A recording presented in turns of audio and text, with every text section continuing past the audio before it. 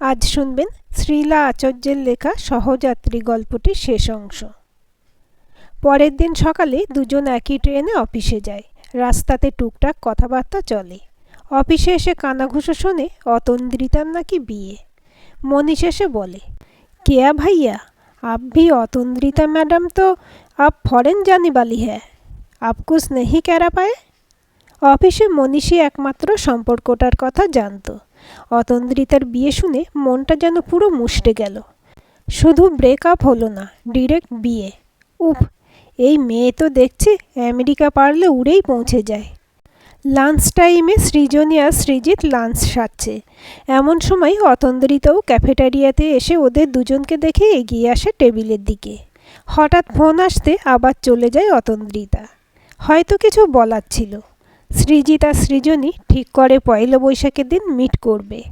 ঠিক হয় প্রথমে সিনেমা দেখবে, তারপর কোথাও লাঞ্চ সারবে। এই দুদিনে ওরা দুজনে খুব ক্লোজ হয়ে গেছে। রাতে বেশ অনেকক্ষণ ফোনে কথা বলে। একসাথে অফিসে আসা, একসাথে বাড়ি ফেরা। পয়লা বৈশাখ সৃজনী আর সৃজিত এসে পৌঁছায় একটি নামি মলে। প্রথমে সিনেমার টিকিট কেটে ঢোকে। অন্ধকার সিনেমা হলে ঢুকতেই প্রায় পড়ে যাচ্ছিল সৃজনী। সৃজিতই নিজের হাতটা বাড়িয়ে ধরে ফেলে সৃজনীকে। এই প্রথম স্পর্শ অনুভব করে দুজন দুজনের। সৃজনীর বেশ ভালো লাগছিল স্পর্শটা। সিনেমা হলে বসে সৃজিত সৃজনীর কাঁধে হাত রাখে। বাধা দেয়নি সৃজনী। তারপর প্রায় 3 ঘন্টা সৃজিত ওর হাত ধরে বসেছিল। অনেকটা কাছে এসে গেছে ওরা। সৃজনী সৃজিতের পুরুষালী ঘাম মেশানো বডি স্প্রেটার গন্ধ খুব উপভোগ করছিল। সিনেমা হলের অন্ধকারে সৃজিতের ঠোঁটটা নেমে আসে সৃজনীর ঠোঁটে। সৃজনীর শরীরেও একটা উত্তেজনা তৈরি হয়েছিল, যেটা সৃজনীও অস্বীকার করতে পারেনি। সিনেমা শেষে একটা নামি রেস্তোরাঁতে লাঞ্চ সেরে দুজনে অনেকক্ষণ সময় কাটায়। আজ সৃজিত সৃজনীকে একা ছাড়েনি, বাড়ি পৌঁছে দিতে আসে। আলাপ হয় সৃজনীর মা, বাবা, দাদু ঠাকুরমার সাথে। সৃজনীর ঘরটা খুব সুন্দর। সৃজিত লক্ষ্য করে মেয়েটা এখনও ছেলে মানুষ। ঘর ভর্তি পুতুল, টেডি। সৃজনীকে বাড়ি পৌঁছে দিয়ে সৃজিত বাড়ি ফিরে আসে। পরের দিন অফিস যেতেই হাতে এসে পৌঁছায় অতন্দ্রিতার বিয়ের কার্ড। সব থেকে বেশি অবাক হয় সৃজনী। পাত্রের নাম পল্লব চ্যাটার্জি। সৃজনী খুব একটা ভেঙে পড়েনি। এমন একটা দিন আসবে সে আগে থেকেই বুঝেছিল। কিন্তু পাত্রী যে অতন্দ্রিতা, সেটাও আজ জানল। আসলে যে মেয়েটাকে সৃজনী দেখেছিল তাকে সামনাসামনি দেখেনি, তাই সে যে অতন্দ্রিতা বুঝতে পারেনি। সৃজিত শুনে হেসে ফেলে। এ কি, যাক বাঁচা গেছে, ওরা যা ইচ্ছে করুক। আচ্ছা, আমরা তো বিয়ে করতে পারি। সৃজনী অবাক হয়ে যায়। হাঁ করে আছো কেন? সিনেমা হলে জড়িয়ে ধরে যখন কিস করেছিলাম তখন ভেবেই নিয়েছিলাম তোমায় বিয়ে করব। এবার তোমার যদি অসুবিধা থাকে সেটা বলতে পারো। সৃজনী সৃজিতের বুকে আপাতত মুখ গুঁজে লজ্জা ঢাকার পথ খুঁজছে। যথারীতি অতন্দ্রিতার বিয়ের দিন উপস্থিত। অফিসে সবাই সেজেগুজে এসেছে, সৃজনীও। সৃজিত সারা রাস্তা শুধু ওকেই দেখতে দেখতে এসেছে। অপূর্ব লাগছে সৃজনীকে আজ। সি গ্রিন আর ব্লু কম্বিনেশনের একটা কাঞ্জিভরম পরেছে। হাতে কানে গোল্ডেন জুয়েলারি। বিয়ে বাড়ি যাবার আগে সব মেয়েরাই একটু ফিনিশিং টাচ দিয়ে নিচ্ছে। সৃজিত একটা মেরুন পাঞ্জাবি পরেছে, ওটা সৃজনীরই পছন্দ। বিয়ে বাড়ি পৌঁছে ওরা দেখে তখন বিয়ে চলছে, তাই পল্লব আর অতন্দ্রিতা কারোর সাথেই দেখা হয়নি। সৃজিত আজ খুব মজায় আছে মনে হচ্ছে। সৃজনীকে বলে, ভাগ্যিস এই মাল দুটো বিয়ে করছে, না হলে কি আমি তোমায় পেতাম। যাক ফরেন, আমি নাকি ভেতো বাঙালি। সৃজনী বোঝে এই মজাটা লোক দেখানো। চোখের সামনে ভালোবাসার মানুষ পর হয়ে যাচ্ছে, আর ওরা সেটা দেখছে। বিয়ে বাড়ি সেরে রাতে বাড়ি ফেরার সময় সৃজিত সৃজনীর হাতটা একবারও ছাড়েনি। ঠিক করে ওরাও খুব তাড়াতাড়ি বিয়ে করবে। এদিকে বিয়ের 2 দিনের মধ্যেই অতন্দ্রিতার পল্লব চলে আসে আমেরিকা। বৌভাতটা কোনো রকমে সারে। আমেরিকা এসে পল্লবের অফিস কলিগদের জন্য পার্টি থ্রো করে পল্লব। পল্লব অতন্দ্রিতাকে জানায় এখানে সবাই খুব ওপেন, তাই বি স্মার্ট। কলকাতার ন্যাকাপোনা এখানে চলবে না। পার্টি শুরু হয়, মদ নেশা কিছুই বাকি নেই। মাঝরাত পেরিয়ে গেছে। অতন্দ্রিতা টায়ার্ড। পল্লব আর ও ওদের ফ্ল্যাটে ফেরে। অতন্দ্রিতা ড্রেস চেঞ্জ করতে যাবে এমন সময় নেশাগ্রস্ত পল্লব যেন পশুর মতন ঝাঁপিয়ে পড়ে। অতন্দ্রিতার নতুন জারদৌসি শাড়িটা টেনে খুলে দেয়, ছিঁড়ে দেয় ব্লাউজ অন্তর্বাস। অতন্দ্রিতার শরীরটা যেন কোনো হিংস্র জন্তুর কবলে। পল্লবের ঘাম মিশ্রিত মদের গন্ধতে অতন্দ্রিতার বমি উঠে আসছে। অতন্দ্রিতা বাধা দিতে চাইলেও পারে না। সারা শরীরটা পল্লব যেন আঁচড়ে কামড়ে রক্তাক্ত করে দিচ্ছে। অতন্দ্রিতার হাত পা খাটের সাথে বেঁধে দিয়েছে পল্লব। নগ্ন শরীরটা ঢাকার মতন কোনো কাপড়ের টুকরোই আর অবশিষ্ট নেই। অতন্দ্রিতার চোখ কান্নায় ভেসে যাচ্ছে। পল্লবের পুরুষাঙ্গের খিদে যেন আরও বেড়েই চলছে। খুব ব্যথা করছে অতন্দ্রিতার। প্রায় ঘণ্টাখানেক চলে এক নারকীয় অত্যাচার। অতন্দ্রিতাকে ওই অবস্থায় রেখে পল্লব ঘুমোতে চলে যায়। সারা রাত নগ্ন শরীরটা দিয়ে ভেসে যায় রক্ত। পরের দিন সকালে নেশার ঘোর কাটে পল্লবের। অতন্দ্রিতা ওই অবস্থায় প্রায় অজ্ঞান হয়ে পড়ে আছে। অতন্দ্রিতার হাত পা খোলা হয়। প্রায় বাধ্য হয়েই ওকে নার্সিংহোমে অ্যাডমিট করা হয়। টানা 2 দিন বাদে জ্ঞান ফেরে অতন্দ্রিতার। অতন্দ্রিতাকে নার্সিংহোম থেকে এনে পল্লবের প্রথম কথা, you are just good for nothing. তোমার দ্বারা কিছুই হবে না। আরে enjoy our sex life dear. আমি তো ভাবছিলাম you are to be hot baby. আমার কলকাতার ফ্ল্যাটে তো ভালোই সেক্স করেছিলে, আর এখানে এসে সোজা নার্সিংহোম।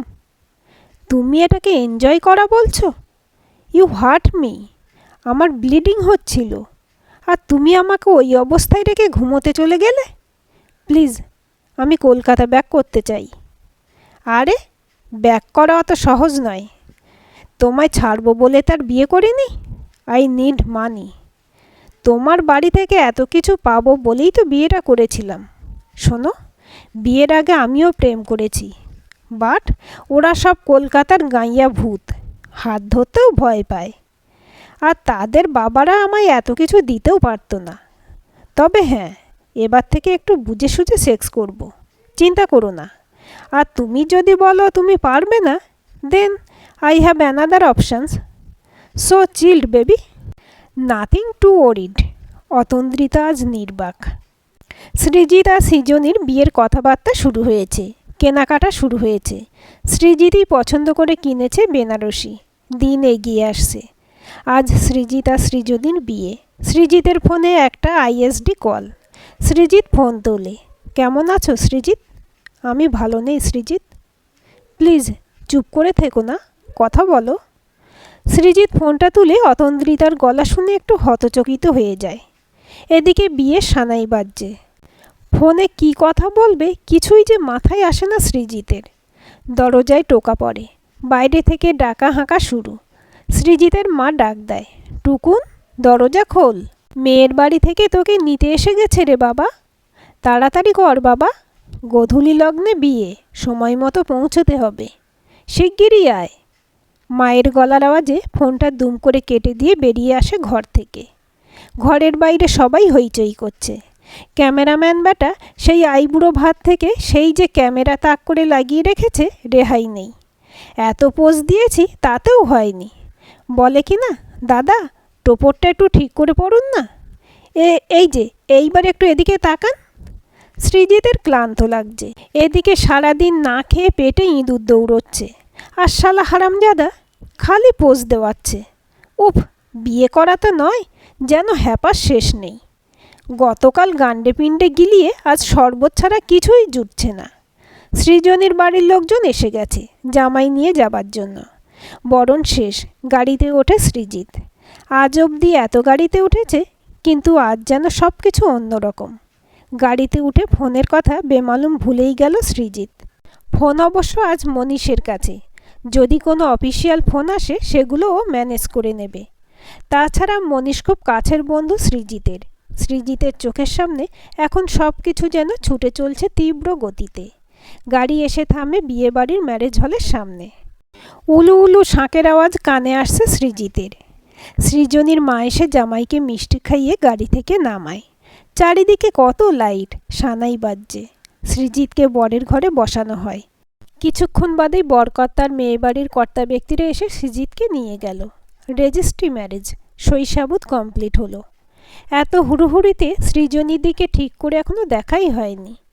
এতক্ষণে সৃজিত সৃজনীকে দেখল। কি সুন্দর লাগছে, লাল বেনারসি, কপালে চন্দন, সোনার গয়না, কুর্তি, লেগিংস, স্কার্ট, টপ এইসবেতেই দেখতে অভ্যস্ত সৃজনীকে। বিয়ে শুরু হলো। মালা বদল, অগ্নিসাক্ষী করে সিঁদুরদান সব সেরে বিয়ে শেষ করেই ওদের নিয়ে সবাই খাবার টেবিলে বসিয়ে দিল। খাওয়া দাওয়া শেষ। নিমন্ত্রিত লোকজন একে একে বিদায় নিয়েছে। মামাতো পিস্তুত ভাই বোনেরা সবাই বাসরাত জাগার অপেক্ষায়। শুরু হলো গল্পগুজব। মোটামুটি রাত ৩টে অবধি আড্ডা চলে। এরই মধ্যে কয়েকজন নিদ্রা গেছেন। মনীষও এবার গুড নাইট বলে ঘুমোতে গেল। সৃজিত আর সৃজনী শুধু জেগে। সৃজনীরও ঘুম এসে গেছে, ঢুলছে বোঝা যাচ্ছে। সৃজিত কাছে টানে সৃজনীকে। এসো, আজ থেকে আমার বুকের মাঝখানে তুমি ঘুমাও। সৃজনী বুকে মাথা রাখে সৃজিতের। সৃজিতের ঠোঁটে নিজের ঠোঁটটা দিয়ে জোরে চেপে ধরে। আজকের চুমুটা একদম মনের মতন, কোনো ভয় নেই, কোনো দ্বিধা নেই। সৃজিতের হাতটা আস্তে আস্তে নেমে আসে সৃজনীর কোমরে। রাতে একটা হালকা সুতির লাল শাড়ি পরনে। সৃজিতের ঠোঁটটা নেমে আসে ওই আলগা কোমরে। পাতলা নাভিতে একটু নাকটা ঘষে দিয়ে আরও জোরে চেপে ধরে সৃজিত। আপাতত ঘুমোতে হবে একটু। দুজনে ঘুমোতে যায়। পরের দিন শ্বশুরবাড়ি এসে পৌঁছায় সৃজনী। কাল রাত্রি বৌভাত একে একে চলতে থাকে বিয়ের পর্ব। বৌভাতের ২ দিন পরেই ওরা অফিসে জয়েন করে। নতুন বিবাহিত দম্পতি। অফিসে সবাই একটা ইয়ার্কি মারার সুযোগ খুঁজে চলেছে। এখনও অবধি ওদের কোনো হানিমুন ট্রিপ করার অবকাশ হয়ে ওঠেনি। অফিস বাড়ি সারাদিনের শেষে দুজনের কাছে আসা, খুনসুটি সব মিলিয়ে ওদের নতুন সংসার ভালোই চলছে। সেদিনের পর অতন্দ্রিতা আর কোনো ফোন করেনি। সৃজিতও প্রায় ভুলতে বসেছিল ফোনের ঘটনাটা। মনীষ হঠাৎ এসে জানায় অতন্দ্রিতা গতকাল রাতে ওকে ফোন করেছিল। ও নতুন জব খুঁজছে। She is only earning member now. Srijit একটু অবাক হয়। পল্লব যথেষ্ট হাই প্রোফাইল জব করত, এখন কি এমন হলো? মনীষ বলল, she is very much upset Srijit. पूरा तो नहीं मालूम है, लेकिन कुछ तो हुआ है। वो फोन में बात करते करते रो रही थी। उसको एक जॉब बहुत ही ज़रूरत है। কথাগুলো শুনে মনটা একটু নড়ে ওঠে সৃজিতের। কিন্তু সৃজনীর সাথে ও সুখের সংসার। এখন অতন্দ্রিতাকে নিয়ে মাথা ঘামানো মানেই সাজানো সংসারটা দুমড়ে মুচড়ে পড়বে। অফিসে এমনিতেই কাজের প্রেশার, তার উপর সৃজনী জানতে পারলে তো আর রেহাই নেই। মেয়েটা যেভাবে সৃজিতের জীবন সামলেছিল, আজ অতন্দ্রিতাকে নিয়ে ভাবার সময় নেই সৃজিতের। মাস ২ কেটে যায় এভাবেই। আজ অফিসে এসে সৃজিতের ডাক পড়ে বসের। একটি প্রজেক্টের জন্য ওকে আমেরিকা যেতে হবে। শুধু তাই নয়, প্রায় বছর ২ ওখানে থাকতে হবে। সৃজিত প্রজেক্টের অর্ডার পেয়ে বেরিয়ে এসে সোজা আসে সৃজনীর টেবিলে। লেটারটা দিয়ে বলে, রেজিগনেশনটা দিয়ে দাও আজ। লাঞ্চ টাইমে দুজন আগের মতোই ওদের অফিসের ক্যাফেটেরিয়ায় নির্দিষ্ট টেবিলে বসে। সৃজিত বলে, আমায় আমেরিকা যেতে হবে ২ বছরের জন্য। তুমি রেজিগনেশনটা দিলে আমরা দুজনেই যেতে পারি। দেখো, ২ বছরের জন্য হলেও প্রজেক্টটা শেষ না হওয়া অবধি আমি ফিরতে পারবো না। তাই আমি চাই আমরা দুজনেই একসাথে যাই। সৃজনীর মুখে একটা আনন্দের হাসি ফুটে ওঠে। দিন ১৫ পরেই সৃজিতকে যেতে হবে। বাড়ি এসে সবাইকে জানাতে সবাই খুব খুশি। সৃজনী বাড়ি ফিরে একটা রেজিগনেশন লেটার তৈরি করে। কালই এটা সাবমিট করতে হবে বসকে, না হলে রিলিজ পাওয়া খুবই মুশকিল হয়ে যাবে। সৃজিত বসে ল্যাপটপের সামনে, দুজনের জন্য টিকিট কেটে ফেলে। প্যাকিং শুরু হয়। সৃজনী তো বেশ ঘাবড়ে যাচ্ছে। নতুন দেশ, নতুন সব কিছু, ভাষার সমস্যা, একদম অজানা অচেনা পরিবেশ। কি করবে, কিভাবে থাকবে, কোথায় থাকবে, এই ভেবেই ওর ঘুম চলে যায়। এদিকে অতন্দ্রিতা দেশে ফিরে এসেছে। বিয়ের 1টা বছর যেভাবে কেটেছে তার বর্ণনা ও কাউকেই দেয় না। এই মাসখানেক হলো ফিরেছে কলকাতায়। মনীষকে ফোন করে জবের কথা বললেও ও যে কলকাতায় সেটাও জানায়নি। আপাতত আমেরিকা ফেরার কোনো ইচ্ছে নেই, তবে ইমিডিয়েট জবের খুব দরকার। কয়েকটা জায়গায় সিভি পাঠিয়েছে, 2টো ইন্টারভিউও দিয়েছে। পুরনো কোম্পানিতেও অ্যাপ্লাই করেছে। সৃজিতের আমেরিকা যেতে আর দিন 5 বাকি। সৃজিত অফিসে ঢোকে সেই রোজের সিগারেটের শুকটান শেষ করে। আজ অফিসে ঢুকেই দেখে সবাই একটা জটলা করে গল্প করছে। কিসের জটলা বোঝে না। নিজের টেবিলে যেতেই পিয়ন গৌরদা এসে বলে, স্যার আপনাকে ডাকছে দাদা। বসের ঘরে ঢুকতে গিয়ে একটু যেন হোঁচট খেল সৃজিত। বসের ঘরে সেই চেনা পারফিউমের গন্ধটা। পিছন করে বসে থাকা মেয়েটিকেও চেনাই লাগছে। আরে, এসো এসো সৃজিত, বসো। হ্যাঁ স্যার, বলুন। আচ্ছা, তোমার প্রজেক্টের কাজে তোমার একজন হেল্পিং হ্যান্ডও আমি পাঠাচ্ছি। তোমরা তো আগেও একসাথে কাজ করেছো, সো তোমাদের কাজ করতে প্রবলেম হওয়ার কথা নয়। তাছাড়া অতন্দ্রিতা আমাদের পুরনো এমপ্লয়ি। তোমরা প্রজেক্ট কমপ্লিট করে ফিরে এসো। আর অতন্দ্রিতা তো এতদিন আমেরিকাতে ছিল, তাই ও ওখানকার ওয়েদার, ওয়ার্কিং সিচুয়েশনটাও ভালো করেই জানে। So hurry up. অতন্দ্রিতা একটা আলগা হাসি দেয়। এয়ারপোর্টে সৃজিত আর সৃজনীর মা বাবা এসেছে ওদের সি অফ করতে। ওরা ফ্লাইটে ওঠে। অতন্দ্রিতাও ওদের সাথে পাড়ি দেয় আবার নতুন করে আমেরিকায়।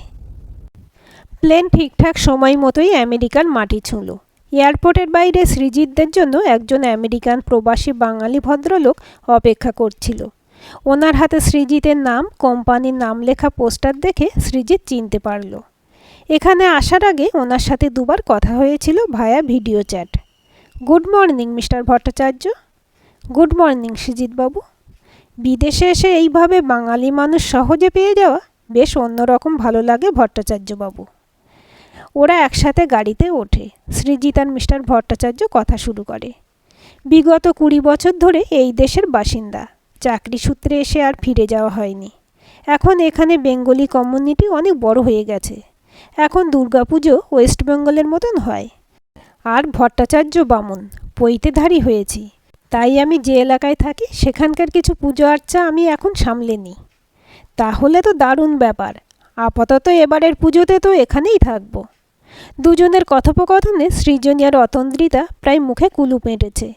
সৃজিতের জন্য একটা 2 বেডরুম ফ্ল্যাট আর অতন্দ্রিতার জন্য একটা সিঙ্গেল বেডরুম ফ্ল্যাটের ব্যবস্থা করা হয়েছে। মিস্টার ভট্টাচার্য ওদের গাড়ি থেকে নামিয়ে সব বুঝিয়ে দিয়ে চলে যান। সৃজনীর নতুন সংসার টুকটাক করে সাজায় রোজ। কলকাতা সাধারণ জীবন ছেড়ে আমেরিকায় সংসার পাতা। বৈচিত্র্যময় কম নয়, তবে একটা জিনিস ওর ভালো লাগে না, অতন্দ্রিতার যখন তখন ওদের ফ্ল্যাটে আসা। মেয়েটা বিবাহিত, আমেরিকায় নাকি ওর হাজব্যান্ড সেটেলড, আর এখানে একা এইভাবে থাকে। মনে মনে ভাবে সৃজিতকে জিজ্ঞেস করবে, কিন্তু সেটা জিজ্ঞেস করাটাও খুব একটা ভালো লাগে না ওর। সৃজনী মনে মনে একটা চিন্তা করে, ভাবে আজ সৃজিত ফিরলে বলেই ফেলবে। রাত 8টা নাগাদ সৃজিত ফেরে। সৃজনী এই কদিনে অনেকটাই এখানকার মানুষজনের সাথে খাপ খাইয়ে নিয়েছে। ভাষাগত অসুবিধা একটা বিশাল প্রবলেম, কিন্তু এখন এখানে প্রচুর বাঙালি। এদের এলাকাটা একটা মিনি পশ্চিমবঙ্গ। আজ সৃজিত ফিরতেই সৃজনী চায়ের কাপ হাতে নিয়ে বলে, আমি এখানে এইভাবে ঘরে বসে আছি, আমি যদি কোথাও জব করি। এখানে কি এত সহজে জব পাবে বাবু? অ্যাপ্লাই তো করে দেখি, যদি পেয়ে যাই। সারাদিন বাড়িতে বড্ড বোর লাগে। সে করতে পারো, দেখছি তোমার বোর কাটাবার জন্য আমাকে এবার জোর কদমে মাঠে নামতে হবে। দিন তো গড়াচ্ছে, তাই এখান থেকে গিয়ে বাড়িতে কি গিফট আর দিই বলো? তার থেকে সোজা নাতি নাতনি নিয়ে ফিরবো মা বাবার জন্য। সৃজনী শটান বলে বসে, আমার কোনো অসুবিধা নেই। সৃজিত এই দুটো মেয়েকে কোনো মতেই আজ অবধি মেলাতে পারল না। একজন শুধু বিদেশে যাবার জন্য ভালোবাসা ভুলে গেল, আর একজন ছোট ছোট অনুভূতিগুলো নিয়ে একটা সাজানো গোছানো সংসার করছে। রাতের ডিনারের পর দুজনেই একটা প্রেম ভালোবাসার শরীরী খেলায় মেতে ওঠে। রাতে সৃজিতের বুকে মাথা রেখে সৃজনী বলে, আমি একটা জায়গায় অ্যাপ্লাই করেছিলাম, কাল তার ইন্টারভিউ দিয়ে এসেছিলাম। ওরা আজ ফোন করে জানিয়েছে আমি সিলেক্টেড। তুমি তখন আমায় বললে না কেন? তুমি যদি রাগ করো তাই তখন বলিনি। রাগ করবো কেন? তুমি ওয়ার্কিং লেডি সেটা জেনেই তো তোমায় বিয়েটা করেছিলাম। চাকরিতে তো আপত্তি আমার বা আমার বাড়ির কারণ নেই, তুমি এত ভাবছো কেন? কাল আমার সাথেই যেও, আমি তোমায় ড্রপ করে অফিসে চলে যাব। সৃজিতের বুকে মাথা রেখে ঘুমাতে সৃজনীর খুব শান্তি লাগে। সকাল থেকে তাড়াহুড়ো, আজ থেকে সৃজনীর নতুন অফিস শুরু। এদিকে আজ সৃজিত অফিসে ঢুকতে অতন্দ্রিতা নিজেই এগিয়ে এসে সৃজিতকে বলে, আজ আমরা একসাথে লাঞ্চ করতে যাব, আগে থেকেই বলে রাখলাম। সৃজিত লক্ষ্য করছে অতন্দ্রিতার যেন একটা অস্বাভাবিক পরিবর্তন হয়েছে। আগের থেকে অনেক নম্র, শান্ত মেজাজ। এটুকু বুঝেছে পল্লবের সাথে বৈবাহিক সম্পর্ক ভালো নয়। ও একাই ফ্ল্যাটে থাকে। তবে সৃজিতের ওকে নিয়ে জানার আগ্রহ আর নেই। লাঞ্চ টাইমে প্রায় জোর করে অতন্দ্রিতা ওকে লাঞ্চে নিয়ে যায়। অফিস থেকে ফেরার সময় সৃজিত দেখে অতন্দ্রিতা আজ ওর গাড়িতে আগে থেকেই বসে। সৃজিত কিছু বলার আগেই বলে, এখানে আমার এক ফ্রেন্ড আছে, ওর বাড়ি পার্টি, তাই আমার গাড়িটা ছেড়ে দিলাম। তুমি আমায় একটু ড্রপ করে দিও প্লিজ। সৃজিত কোনো কথা না বাড়িয়ে গাড়িতে উঠে বসে। কিছুটা যেতে একটা ফ্ল্যাটের সামনে গাড়িটা দাঁড় করাতে কয়েকজন ছেলে মেয়ে প্রায় হুড়মুড়িয়ে এসে ওদের টেনে ভিতরে নিয়ে যায়। সৃজিত বারণ করা সত্ত্বেও কেউ কোনো কথা শোনে না। ফ্ল্যাটের ভিতর উদ্দাম পার্টি চলছে। লাউড মিউজিক, তার সাথে স্কচ হুইস্কির গন্ধ, সিগারেটের ধোঁয়া। মেয়েগুলো যথেষ্ট খোলামেলা পোশাকে। কেউ কেউ তো মেয়েলি অঙ্গ দুটো মনে হচ্ছে ঢাকার জন্য পোশাক পরেছে। সৃজিত বেরিয়ে আসতে গেলে অতন্দ্রিতা ওকে আটকায়। কি সৃজিত, সেই আদ্যিকালের বদ্যি বুড়োই থাকবি নাকি? That is call first life. যা একখানা বউ জোগাড় করেছ, উফ! আমি তো ভাবতেই পারিনি তুমি ওই রিসেপশনিস্টটাকে বিয়ে করবে। আমার সাথে এতদিন থেকেও আপডেটেড হলে না। আমার ফিগারের সাথে ওর ফিগার। তুমি তো কত কাছ থেকে আমার ফিগার দেখেছ, তারপর ওই মেয়েটার সাথে রাত কাটাতে পারো? অতন্দ্রিত ওইটুকু সময়ই মদের নেশা চড়িয়ে ফেলেছে। সৃজিত আর থাকতে না পেরে বলে, আমি আসছি, তোমার যাবার হলে চলো, আদারওয়াইজ গো টু হেল। অতন্দ্রিতা সৃজিতের হাত ছাড়ছে না। একসাথে গাড়িতে ওঠে। ড্রাইভারকে চলে যেতে বলে অতন্দ্রিতা। মত্ত অবস্থায় নিজেই ড্রাইভ করতে যায়। সৃজিত কোনো রকমে গাড়িটার চাবি নিয়ে ওকে ওর এক বন্ধুর ফ্ল্যাটে দিয়ে আসে। ওই ছেলেটিও ওই পার্টিতে ছিল। সেই উপযাজক হয়ে এগিয়ে এসে নিজের ফ্ল্যাটের চাবিটা দিয়ে সৃজিতকে জানায় অতন্দ্রিতাকে ওই ফ্ল্যাটে পৌঁছে দিতে। অতন্দ্রিতা নাকি মাঝে মধ্যেই ওর ফ্ল্যাটে থাকে। রাত 10টা, অনেকক্ষণ বেজে গেছে। সৃজিত বুঝতে পারছে না কখন ফিরবে। সৃজনী না খেয়ে ওয়েট করবে। একটা ফোন করারও উপায় নেই। ফ্ল্যাটটায় ঢুকে অতন্দ্রিতা কিছুক্ষণ বসে। সৃজিত বোঝে নেশা কাটছে মেয়ের। সৃজিত ফ্ল্যাটের চাবি ওর হাতে দিয়ে বলে, আমি আসছি। অতন্দ্রিতা কোনো মতেই সৃজিতকে ছাড়ে না। প্লিজ সৃজিত, যেও না। I really love you. কি আছে ওই মেয়েটার মধ্যে? তোমার মতন অনেক কিছুই সৃজনীর নেই। আমার মতন একটা প্রোফাইল বিলং করা মেয়েকে ছেড়ে তুমি ওর কাছে যাচ্ছ? তুমি ভুলে যাচ্ছ ও আমার স্ত্রী। তুমি তো আমার সাথেও রাত কাটিয়েছ। তাই একটা রাত ওর সাথে নাই বা কাটালে কেন? আমার ফিগার কি নষ্ট হয়ে গেছে? নাকি আমি আগের মতন তোমায় সঙ্গ দিতে পারবো না? পল্লব কোথায় আগে সেটা বলো। আমরা বিয়ের 5 মাসের মাথায় সেপারেট হয়ে গেছি। ওটা আমার লাইফের একটা হরিবল পার্ট। প্লিজ, আমি ওটা মনে করতে চাই না। সৃজিতকে সব খুলে বলে পল্লবের কথা। সৃজিত সব শুনে বলে, এরপরও তুমি পাল্টালে না নিজেকে? হতে পারে পল্লব আমার রাইট চয়েস নাই, তাই বলে তো লাইফ থেমে থাকবে না। আমি সবসময় ফরেনে সেটেল করতে চেয়েছি। আর তুমি কোথায় ওই গাঁইয়া ভূতটাকে বিয়ে করলে? আমি তোমার লাইফের ফার্স্ট চয়েস ছিলাম। আজ তুমিও এখানে এসেছো। নাও, আমরা এখানে সেটেলড হয়ে যাই। তুমি সৃজনীকে ডিভোর্স করে দাও। তুমি কি পাগল অতন্দ্রিতা? সৃজনীকে আমি ভালোবেসে বিয়ে করেছি। তুমি একদিন আমায় ফেলে পল্লবের সাথে চলে গেলে। সেদিন ওই মেয়েটাকে আমি আঁকড়ে ধরেছিলাম। আমি ওকে ছেড়ে দেব কল্পনাতেই আনতে পারি না। সৃজনী খুব সাধারণ মেয়ে, হয়তো তোমার মতন মোটা অঙ্কের মাইনে চাকরি করে না। জানি সে তোমার মতন বিশাল ধনী পরিবারের সন্তান নয়, কিন্তু সত্যি বলি আমরা খুব ভালো আছি। জানি সে তোমার মতন মেয়েধীন ফিগার মেনটেন করে না, অথবা আমি তোমার পল্লবের মতন হট অ্যান্ড হ্যাপেনিং নই। পল্লবের মতন বেশি মাইনের জব আমার নয়। ছাপোষা মধ্যবিত্ত বাড়ির ছেলে আমি। তাই বলে আমাদের সব থেকে নিকট মুহূর্তেও আমাদের দুজনের কোনো সমস্যা নেই। তুমি এখানে এসে থেকেই আমার সাথে যে সম্পর্কটা করতে চাইছো সেটা সম্ভব নয়। জানি আমাদের দুজনের কোনো কিছুই দুজনের থেকে অজানা নয়, কিন্তু সময়ের সাথে সাথে সেই সম্পর্কটা শেষ হয়ে গেছে। তুমি আমায় নিয়ে প্লিজ কিছু ভেবো না। আমি আমার সংসারে খুব সুখী। জানি আমি একটু সেকেলে। তাই নিয়ে সৃজনীরও কোনো সমস্যা নেই। আমি সৃজনীকে কোনোভাবেই ঠকাতে পারবো না। ভালো থেকো। সৃজিত আর কোনো কথা না বলে বেরিয়ে আসে। রাত প্রায় 1টা। সৃজিত বেল বাজায়। সৃজনী এতক্ষণ জেগে অপেক্ষা করবে সৃজিতের সেটা অজানা নয়। তাড়াতাড়ি খেতে দাও, খুব খিদে পেয়েছে। আজ এত রাত হলো? আর বলো না, গাড়িটা মাঝ রাস্তায় খারাপ হয়ে গিয়েছিল। কোনো রকমে একটা মেকানিক পেয়ে তাকে দিয়ে সারিয়ে ফিরলাম। রাতে খেয়ে সৃজিত সৃজনীকে জড়িয়ে ধরে। নরম বিছানায় দুজন দুজনের ভালোবাসার অপেক্ষায়। আজ অফিস কেমন হলো সৃজনী? ভালো। খুব চিন্তা হচ্ছিল তাই না? এত রাত হয়ে গেল। চিন্তা তো হচ্ছিল। ফোন করেছিলাম, ধরোনি। তোমার ড্রাইভারকে ফোন করেছিলাম। সে বলল তুমি আর অতন্দ্রিতা একটা পার্টিতে গেছো, তাই আর বিরক্ত করিনি। প্লিজ আমায় ভুল বুঝো না। আমি নিজের ইচ্ছায় যাইনি। আমি জানি তোমার কোনো দোষ নেই। ফোন করেছিলাম যখন ফোনটা কাটার বদলে ফোনটা রিসিভ করে ফেলেছিলে। তোমাদের সব কথা আমি শুনেছি। তুমি জানো আমি কাকে ভালোবাসতাম? কাকে? পল্লব চ্যাটার্জি। অতন্দ্রিতা যাকে বিয়ে করে এখানে এসেছিল। বিয়ের পর তোমার বাড়িতে অতন্দ্রিতার বিয়ের একটা কার্ড দেখেছিলাম। তখন কিছু বলিনি তোমায়। আমি জানি আজ তোমার কোনো দোষ নেই। রাত প্রায় 2টো। ঘরের নাইট ল্যাম্পটা বন্ধ করে দেয় সৃজনী। আজকের গল্পটি কেমন লাগলো কমেন্ট করে জানাবেন। ভালো লাগলে লাইক, হাইপ, শেয়ার করবেন। আর চ্যানেলটি সাবস্ক্রাইব করে বেল আইকনটি ক্লিক করে রাখতে ভুলবেন না।